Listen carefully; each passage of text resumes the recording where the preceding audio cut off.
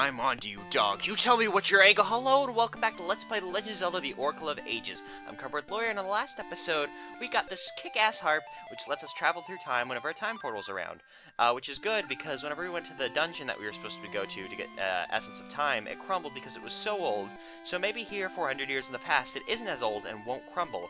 But before we go head off there to see of such, we're going to go ahead and participate in a little game I like to call a trade quest. I want to deliver the mail on time, but I can't do it if I don't know the time. Show him the clock. Yes. So we're going to go ahead and give him the clock of a ghosty guy so he can tell time. Tick-tock. That tells time. Are you giving me this clock? Don't say a word. Of course you will. What a big help. Here's your reward. Now I'm off to work. I'm a workaholic. And there goes the postman. What a lovely individual he is. So we get some stationery. So now we need to figure out who we're going to write to. But in, the terms of trade quests, we don't have anyone to write to. We're just going to give it away to a poor, unexpected fellow who needs a piece of paper. And who else needs a piece of paper than the guy who's stuck in the toilet? Yep, he's here from Majora's Mask because, being stuck in the toilet is a thing that you should continuously do, and I'm actually probably going to go ahead and take the Harp of Ages off of my button so we don't have to play it every time I mess up and push it. But paper! Do you have any paper? Give him the, stationery? Yes! Yay! And now he gets to have his paper. Take this, music. You traded, for a, stink bag. Ew, it stinks.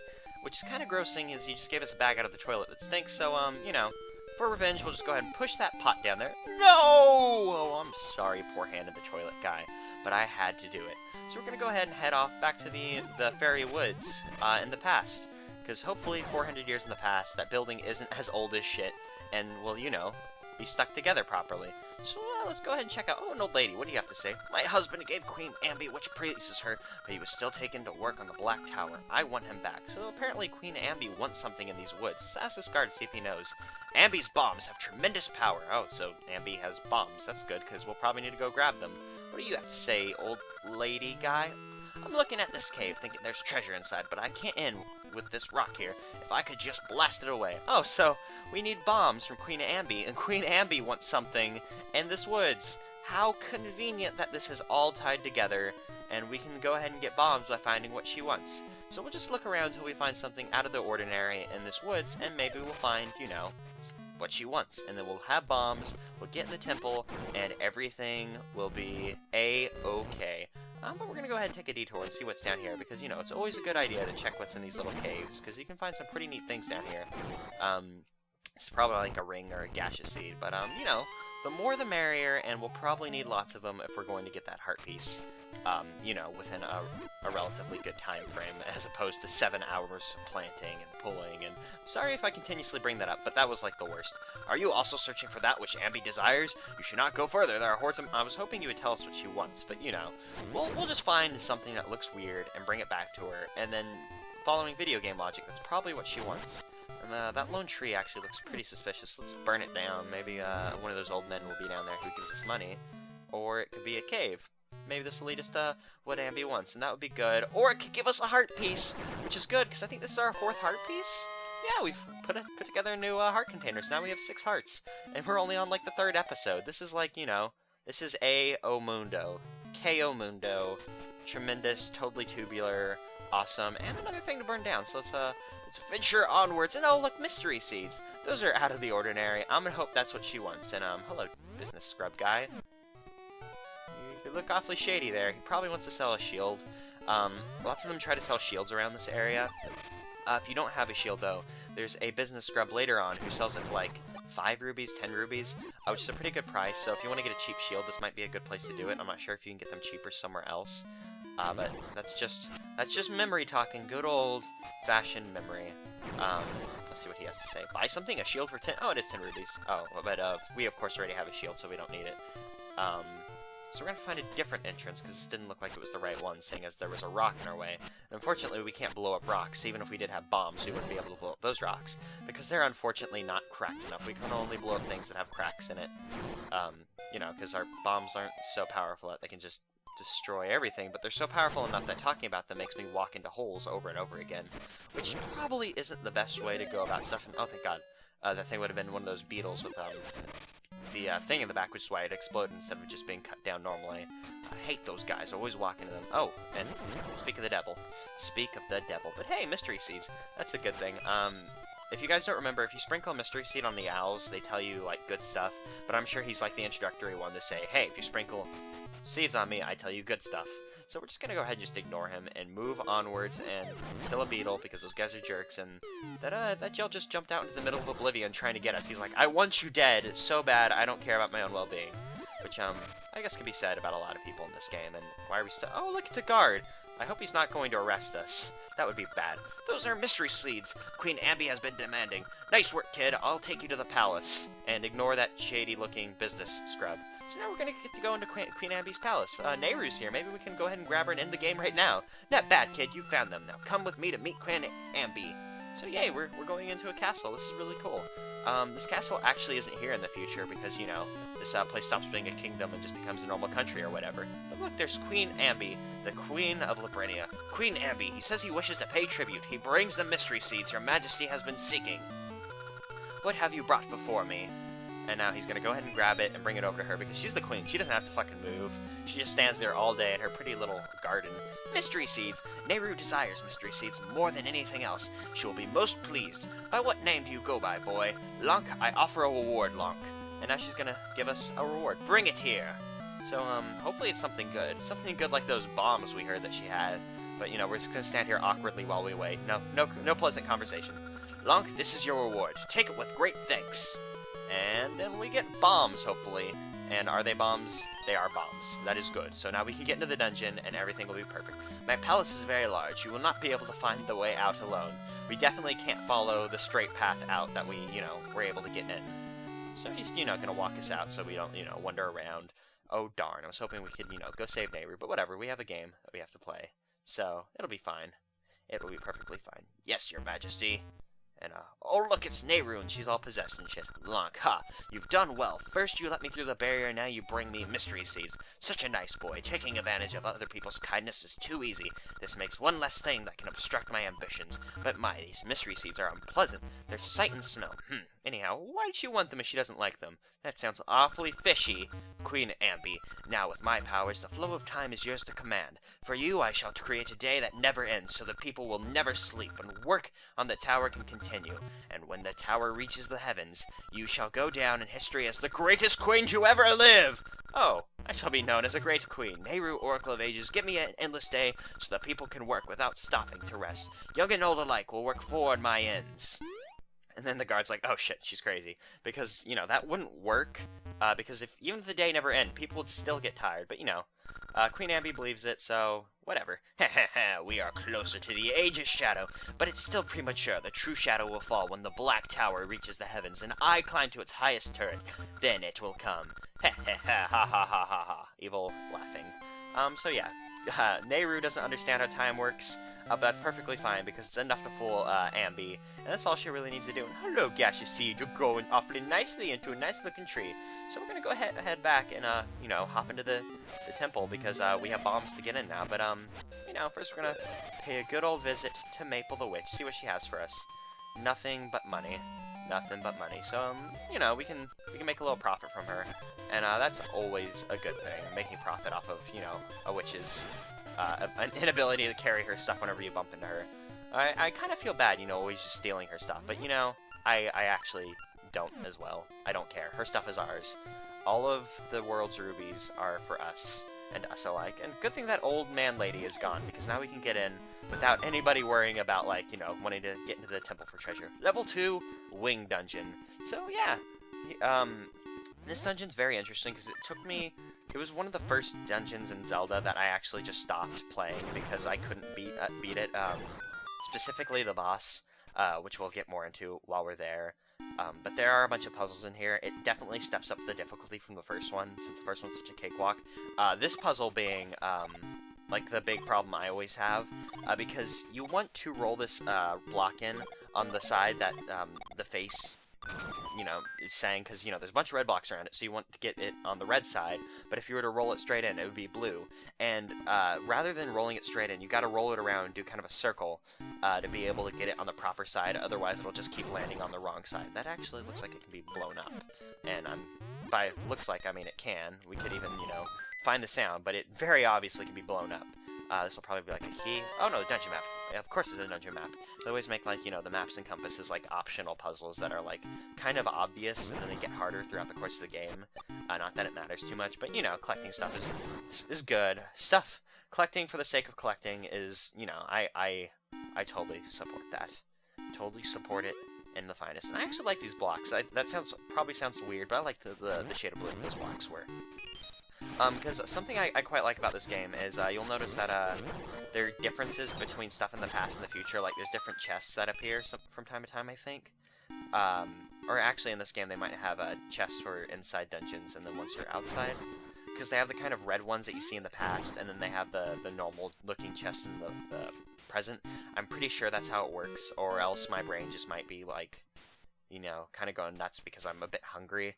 And I probably should have eaten, but, you know, eating's for wimps. I'll do that later, because, you know, we're playing about a fucking Zelda. My body can wait.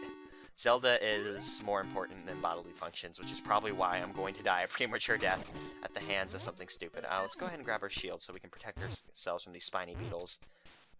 We don't need to kill them, but just so they'll leave us alone while we unlock the store, otherwise they'll be all up in our grill, which is actually something I wish I would have never said, but it's out of my mouth now. So, you know, I've relieved my body of that. And, oh, look, another bombable wall. It's like they're, like, wanting us to use these bombs because we just got them. I quite like bombable walls, especially when they're the ones that you can see.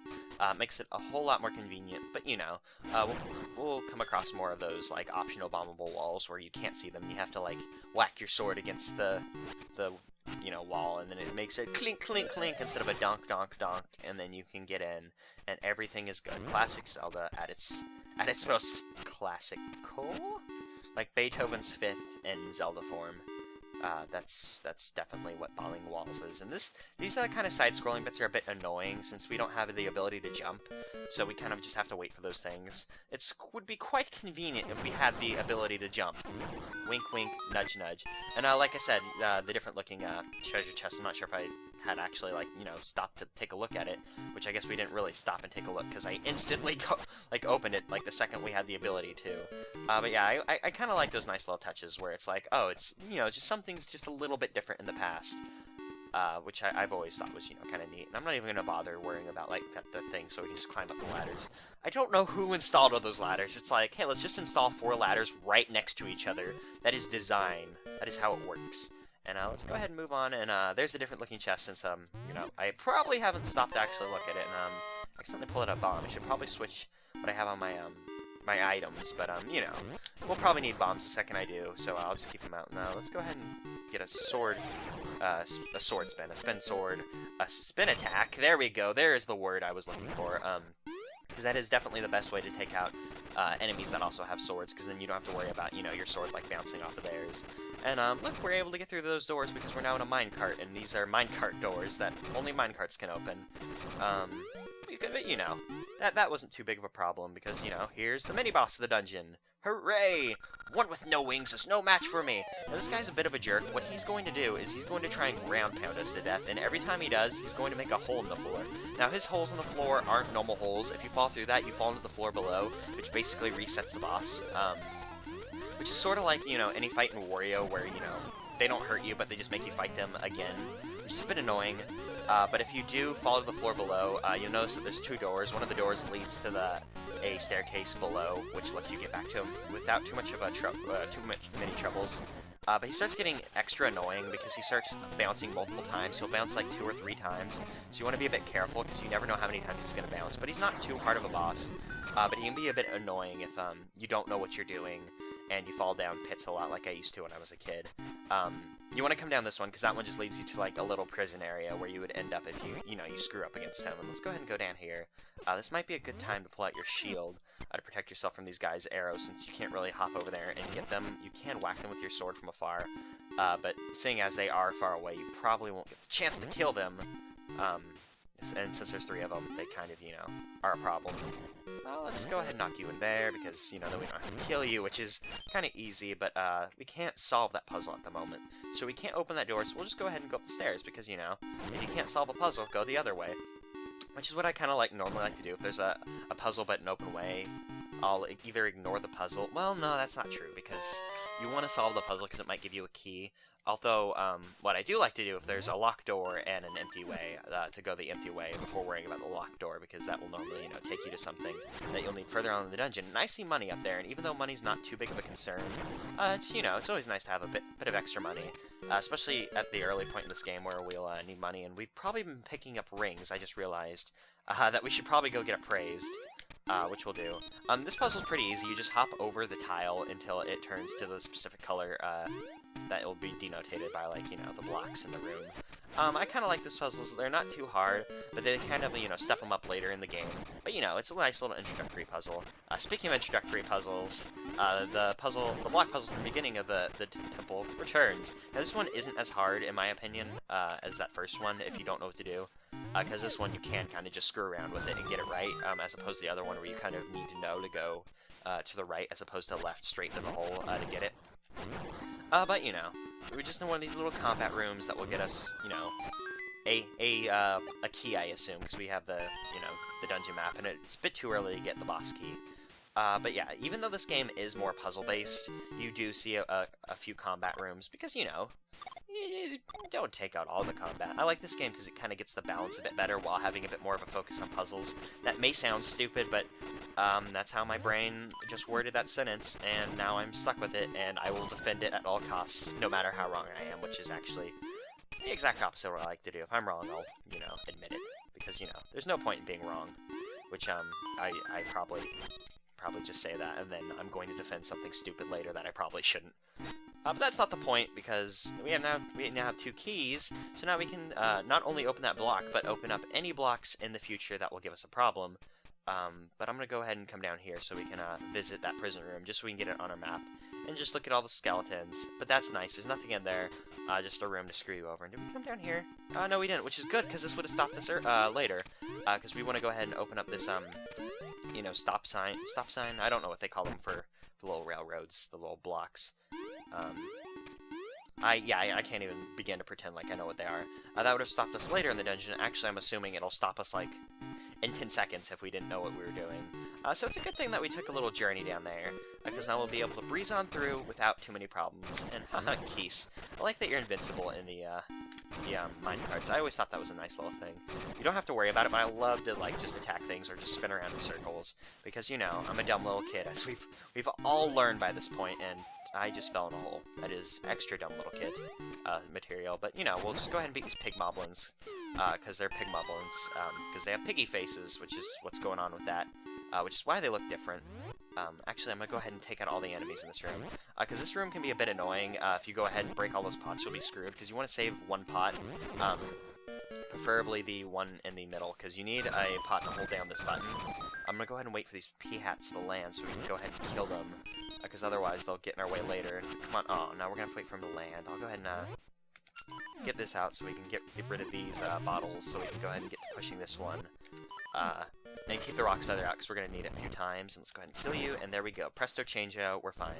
I always have to spend a little bit longer in this room than I need to, because I constantly switch between the Power Bracelet and the Rock's Feather sword. But you can actually push this without the Power Bracelet, which is nice. You can't push bottles before you get the Power Bracelet, but once you get it, you can push them without it. And we're going to go ahead and go down here, because like I said, I like to visit the rooms that are open before checking out the keyed rooms. In fact, we're probably getting close to the boss's lair. This puzzle is very interesting. You want to get the all of the blocks to match the one on the opposite side, but you can only push the ones that are the same as the color that is on the that one tile that you jump over. A few enemies will appear in the room. It's not that hard of a puzzle. You just gotta take your time and, you know, make sure everything gets in the right spot. You know, don't rush. I don't think it's possible to screw yourself. Well, you can screw yourself out of stuff if you, you know, you lock something into place that shouldn't be locked into place. But we should be fine, because I don't see any way that we could screw up too majorly unless... No, yeah, I've gotten it right. Because sometimes I've done this where I accidentally swap the blue and the red. And I don't know how I do that, but, you know, like I said earlier, I'm a dumb little kid, and it doesn't matter because we'll get ourselves a key! Actually, that felt more like it'd be like a dungeon boss, puzzle, but, you know, whatever. Oh, these rooms. Now, these rooms are a bit annoying. There's a bunch of little gel guys, but you can only hurt them when they're not the color of the floor, and they change colors, so, you know, there's blue, yellow, red ones. What I like to do is jump twice, so it takes them a bit longer to change. But that actually doesn't seem to work too well. It gives you, like, maybe an extra second. But still, it's better than nothing to go ahead and just jump twice. I think we're down to the last one, so we'll go ahead and hoppity-hop. And this should give us whatever we're going to get. I'm assuming another key. Oh no, it is a boss key! That's even better. So we are closer to the boss than I thought. That is always a good thing, being closer than you thought to the boss.